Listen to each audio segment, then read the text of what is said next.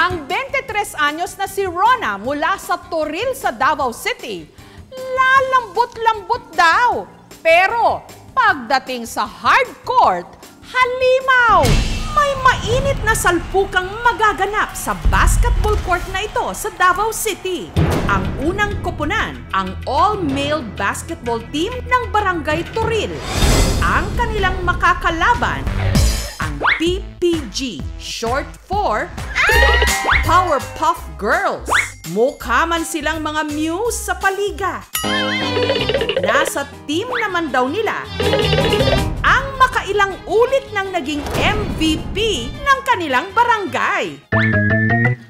Meet Rona, Beshi, pero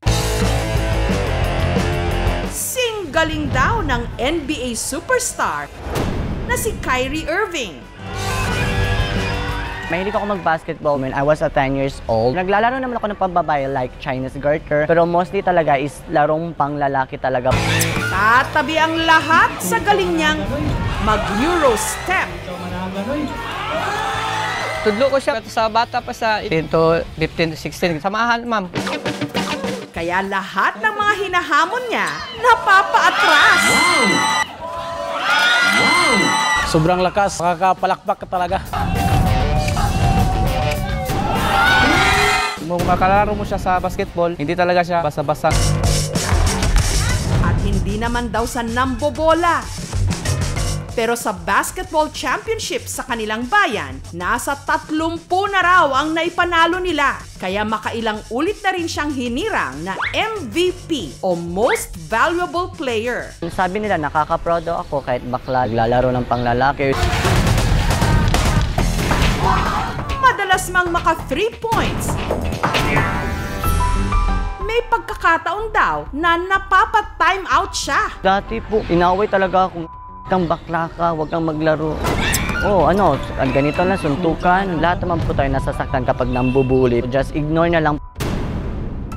Yung mama ko po kasi, OFW, hindi niya alam na naglalaro ako. Huwag kang maglaro, baka mag-chancing ka lang, baka mabalik ka pa, wala kang mapala dyan. Bakit si mama ganun iniisip ni mama sa akin? Na-disappoint ako saglit, pero at the end of the day, nakita ni mama, naging proud din siya. Wow na, ganun ka pala maglaro. Ngunit sa bawat foul na atake, nakahanap naman daw siya ng defense sa kanyang mga kaibigan. Iniimbitahan niya kami na maglaro ng basketball, kaya doon din po kami natutong mag-basketball. Kahit bakla man tayo, kahit kalaban natin mga lalaki, go lang po tayo. Kayang-kaya po natin. Gayunman, pagdating sa love life, olats daw si Rona. Doon ako na-inspire nung naglaro ako man ng basketball. After 5 years, sinabihan ko po na crush ko siya, may jowa na pala siya. Siyempre, na-disappoint po. Pero okay lang naman po, kung saan siya happy, doon na lang po ako.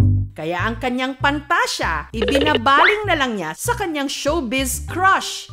Na gaya niya, pastime din ang pagbabasketball. 6 piraso po ng egg waffles po. Walang iba kundi ang kapuso heartthrob na si David Licauco. Lagi ko po nakikita si Sir David, nakahawak siya ng bola, sana ako na lang yung bola po. Chinito, tapos yung mga abs niya, tapos yung katawan niya. Wow. Super hot talaga. Gustong-gusto ko talaga maka one-on-one po si Sir David. Ang hindi alam ni Rona. Nandito ako ngayon sa isang basketball court para surpresahin si Rona. Si David kakasa sa kanyang hamon. Wow. Magawa na naman yata kami. Rona!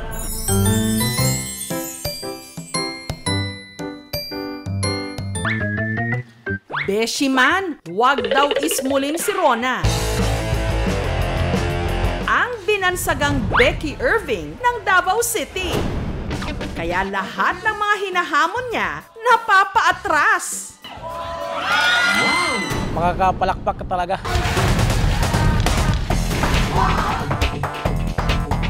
Hindi talaga siya basa-basa. Pero kung may gusto raw makalaro si Rona sa hardcourt, walang iba kundi ang kanyang celebrity crush na si David Licauco. Na gaya niya, mahilig ding mag-basketball. Kaya kahapon lang si Rona lumuwas ng Maynila mula Davao.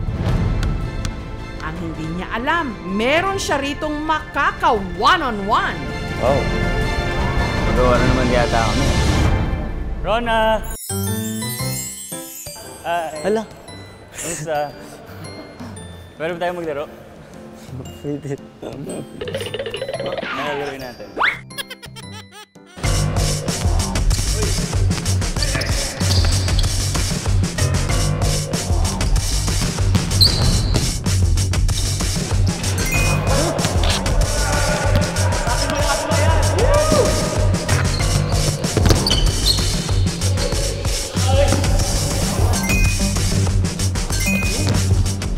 Si David, mas pinainit pa ang laro. Hindi na ako nakapaglaro ng maayos, Diyos ko.